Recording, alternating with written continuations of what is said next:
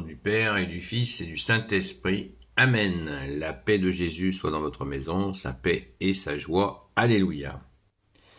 Nous lisons le Saint-Évangile selon saint Matthieu chapitre 13. Que ta parole, ô Jésus, rentre dans mon esprit, que ma bouche proclame ta parole et que mon cœur l'accueille. Versets 24 à 30. Saint Matthieu chapitre 13, versets 24 à 30. J'espère que vous allez bien. On continue sur des paraboles. Pour ceux qui ne savent pas ce que c'est qu'une parabole, c'est Jésus qui présente une situation, notamment dans la nature. Et là, c'est dans l'agriculture, pour que nous comprenions bien. Eh bien, Jésus vivait dans une terre... La Galilée était très agricole, c'était la terre la plus agricole d'Israël à l'époque. Donc, ça nous explique bien les choses. Le blé et la mauvaise herbe. Jésus leur présenta une autre parabole. Il leur dit, voici une image du royaume des cieux. Un homme a semé dans un champ de la bonne semence. Pendant que les gens dormaient, l'ennemi est venu et a semé l'ivraie au milieu du blé, puis il est parti. Quand le blé en herbe a donné la tige et le grain, l'ivraie aussi est apparue. Alors les serviteurs du maître de maison sont allés le trouver pour lui dire, Seigneur, n'est-ce pas de la bonne semence que tu as semée dans ton champ, et d'où vient cette ivraie? Lui leur dit, c'est un ennemi qui a fait cela. Alors les serviteurs lui demandent, veux-tu que nous allions le ramasser? Mais il leur dit, ne le faites pas. En ramassant l'ivraie, vous pourriez aussi arracher le blé. Laissez-les donc grandir ensemble jusqu'à la moisson. Au moment de la moisson, je dirai aux moissonneurs, ramassez d'abord l'ivraie et faites-en des bottes pour les brûler. Ensuite, vous rassemblerez le blé dans mon grenier. Waouh, merci Jésus pour ta parole. C'est limpide. Le bon grain est livré, eh bien, il plaît à Dieu, Père, Fils et Saint-Esprit, merci Jésus, de nous l'expliquer, qu'ils croissent ensemble. Oui, c'est dur des fois de cohabiter avec l'ivraie. Alors certains diraient, mais non, Jésus nous parle de l'ivraie, nous sommes aussi le bon grain et l'ivraie, c'est-à-dire que nous avons du bien en nous, mais nous avons aussi des mauvais côtés. Certes, oui, on ne peut pas le contester, et nous essayons d'améliorer ces bons côtés. Mais, il y a un mais. Le mais, c'est qu'il y a des comportements évidents, et particulièrement en France, où nous avons manifestement une manifestation de cette ivraie qui prend des proportions absolument délirantes.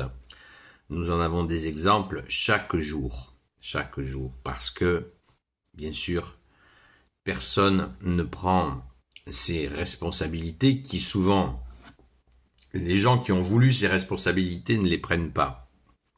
Ce serait risible si ça n'était pas dramatique. Pire encore, certains veulent les responsabilités pour organiser le chaos. C'est la devise de la franc-maçonnerie, l'ordre par le chaos.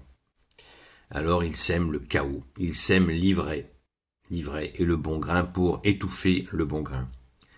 Mais soyons rassurés, nous trouvons notre force en toi, Jésus, pour tenir bon face à ce surdéveloppement de l'ivraie qui essaye d'étouffer le bon grain que tu as semé, Jésus, et aide-nous, s'il te plaît, Jésus, à entretenir ce bon grain. Voilà le travail à faire. Veiller et prier, nous dit Jésus, pour ne pas tomber en tentation, c'est-à-dire de nous aussi devenir cette ivraie. Bien sûr, nous en avons, et il nous faut demander à Jésus de faire croître le bon grain. Vaste sujet, on peut en parler pendant des heures. Est-ce utile Je pense que les choses sont très claires. Et rappelons-nous que en ce début de parabole, Jésus dit « Voici une image du royaume des cieux ». Et à la fin, Jésus nous dit « Au moment de la moisson, je dirai aux moissonneurs, ramassez d'abord l'ivraie et faites-en des bottes pour les brûler. Voilà. Ensuite, vous rassemblerez le blé dans mon grenier. » Donc,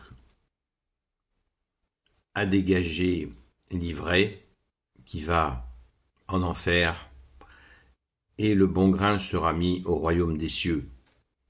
Voilà, c'est on ne peut plus limpide. Toujours certains relativiseront cela en disant c'est pas aussi simple que ça. Pourtant le message est clair.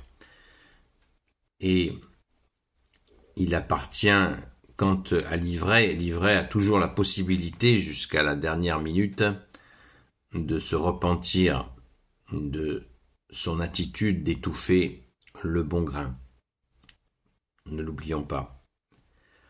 Jésus est la miséricorde. Donc lui, il attend. Il attend que l'ivraie se repente de ses erreurs. Eh bien, le bon grain faisant aussi de temps en temps de mauvaises actions, eh bien, nous pouvons nous en repentir aussi, bien évidemment. Bien évidemment. Mais il y a quand même une proportion évidente et nous la connaissons, alors veillons et prions et surtout soyons toujours attentifs à prier pour celles et ceux qui appellent au secours. Merci Jésus, notre force est en ton nom, ô Jésus. Gloire à toi, bien-aimé Jésus. Gloire soit au Père et au Fils et au Saint-Esprit, maintenant et toujours et pour l'éternité. Amen. Ô Jésus, toi qui peux tout et qui portes tout, toi le Sauveur, toi l'Emmanuel, je te confie toutes celles et ceux qui regarderont cette vidéo, ainsi que leurs proches, selon ta seule volonté, ô Jésus.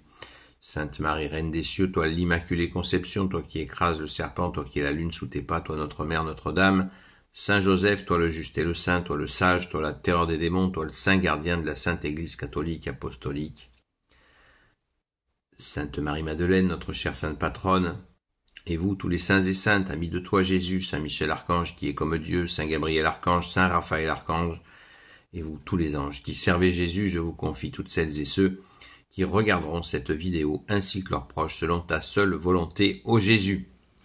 La paix de Jésus soit dans votre maison, je vous donne rendez-vous ce soir à 20h, à la grâce de Jésus, sur la chaîne Seul Jésus Sauve, sur TikTok. Et surtout, prions pour la France. Ne restons pas les bras ballants, prions plusieurs fois dans la journée pour notre pauvre France qui souffre tant. Et je vous dis, restons dans l'espérance, Jésus l'a incrusté en nous pendant notre saint baptême et nous allons vers des victoires, tes victoires, ô Jésus.